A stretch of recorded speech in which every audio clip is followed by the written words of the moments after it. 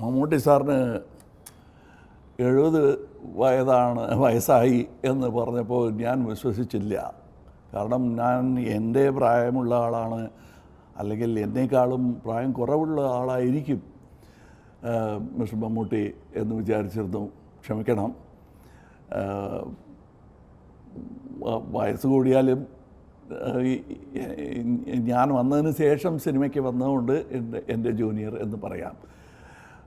പിന്നെ അതുമാത്രമല്ല, കണ്ണാടയിൽ നോക്കിയാലും എൻ്റെ വയസ്സോ അതിന് കുറവുള്ളതോ അതേ തോന്നുള്ളൂ പ്രേക്ഷകർക്കും എനിക്ക്.